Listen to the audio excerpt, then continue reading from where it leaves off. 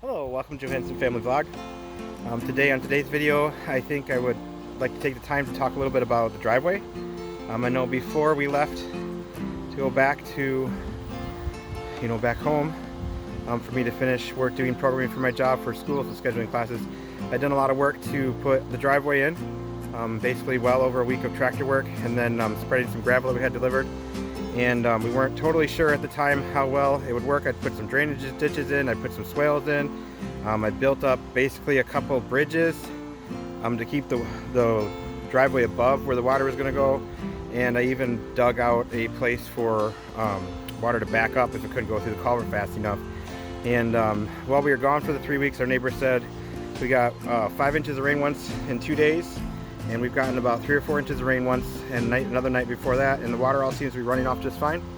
We're going to be working on, even later today, we're getting another load of gravel. We're going to try and get everything graveled. But I think I'm just like going to take the chance now to show the driveway and to talk about it as I walk up it. So Alright, so right now I'm standing on this little addition that we made over here that's going to be for parking. So I will gravel this as well once we get it packed down.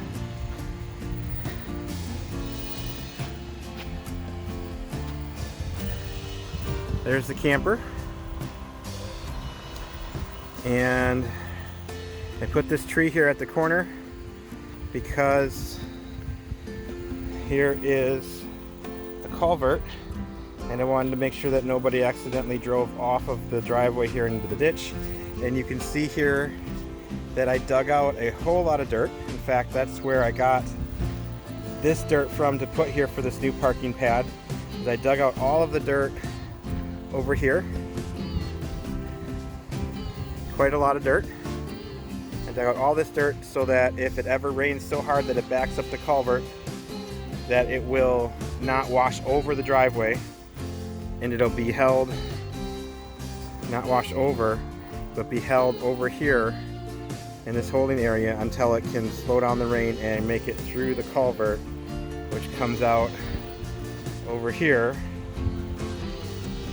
and then works its way down that ditch I dug to the drainage swale that goes all the way down back that way to the creek. So if you'll remember some of our previous videos, all of this here was mud. We could not drive through it except for with the tractor, and it was getting pretty bad with the tractor even. So I took some of the dirt from down there and put it up here on the driveway, and we now have a driveway here, and this kind of angles sideways across our property. The very end of the driveway here, I'll turn around in a second and you can kind of get a view of that.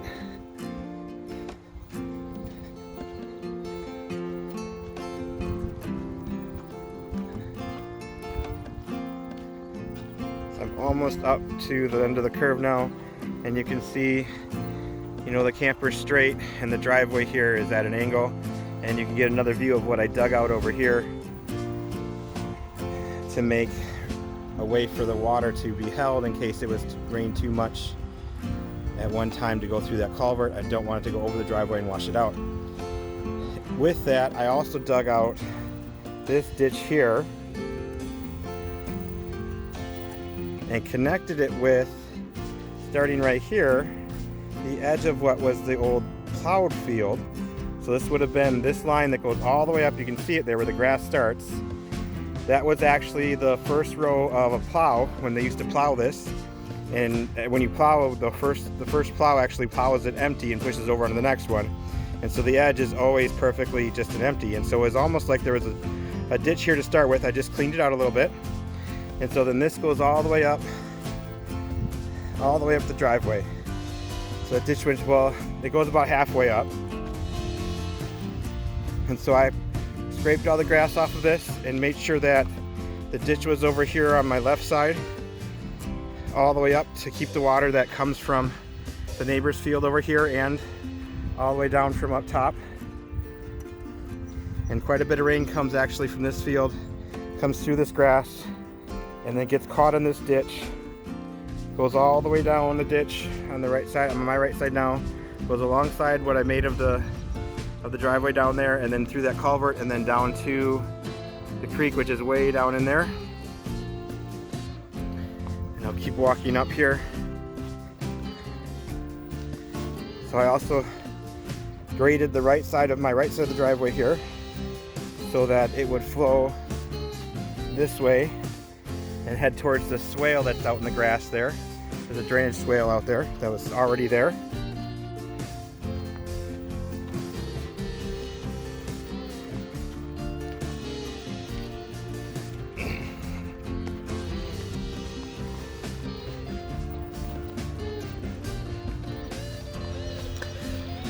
So about right here, the row plow stopped, the very edge of what was already there for the drainage ditch.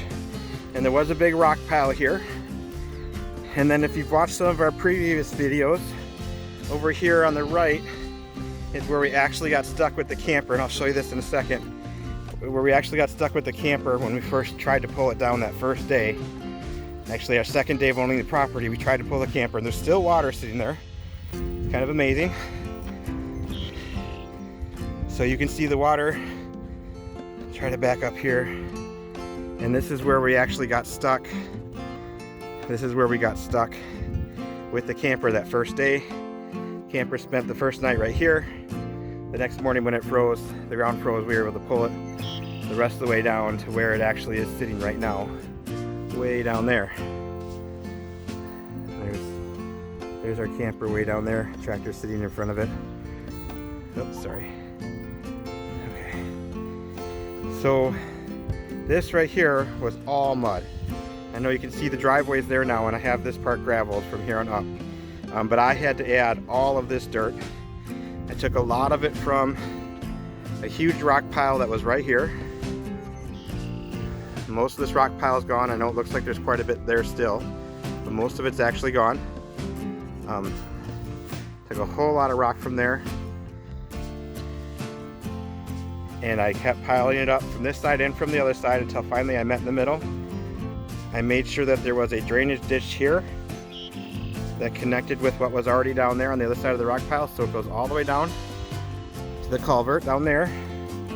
Dug this drainage ditch all the way up, and then because this was a really soft spot, I wasn't sure where the water was coming from, I also put a culvert to go underneath the road here, and this is where all of this water sits now.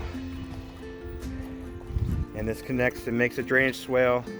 Goes right through there and all the way down the left of the camper, joins up with that other culvert, and then goes through the gap in the trees there. I don't know if you can see that little gap in the trees right there. And it goes through there to the creek and gets off of our property. And so I got a big culvert underneath the road there. Driveway is only about 10 feet wide here. It's a little scary for patients actually to ride over. So we will be adding more rocks here and widening the driveway by another at least 2 feet, maybe 4 feet. And from here on up, I made sure there was a ditch on the left, and I just graded it nicely so we get to the top.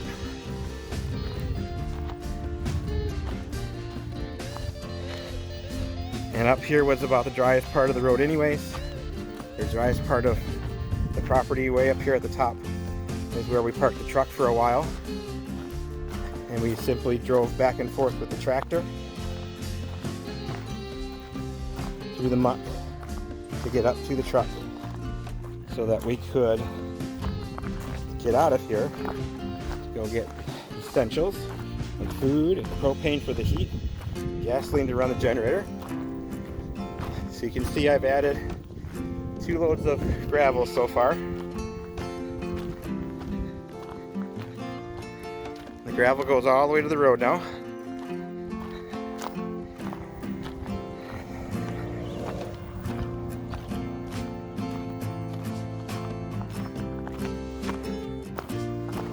And then just in case we need to continue to park a car up here, or maybe when we come in the winter we don't want to risk driving all the way down, I added a little bit of gravel up here on the side so that we could park one vehicle there safely and not have to drive all the way down in the muck. And so we have parked the car over here on the left, and then our driveway goes all the way up there,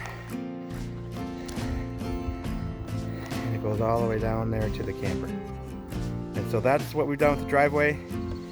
Been about a total of probably 2 weeks worth of solid work on the tractor. You know, 8 hours a day, essentially. Driving the tractor to use the box scraper to put this in. And the bucket, the front end loader bucket to get the dirt moved around down there to get over the wet part where the first culvert is. And the backhoe to put in the culverts and dig them out. It just took a lot of tractor work. So it is doable, it takes a long time.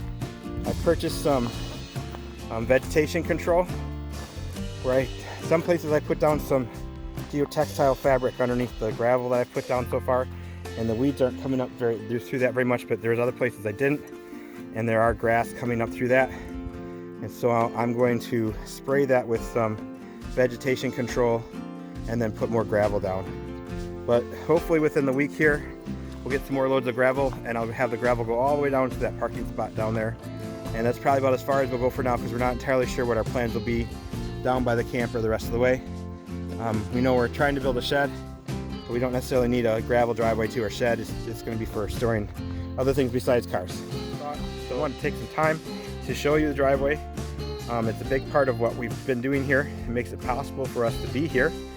Without it, we were stuck in the mud a couple times, and it makes it impossible for us to, without it, it's impossible for us to get off and get our essentials. And it's a big part for us, so I wanted to show you what I've been doing.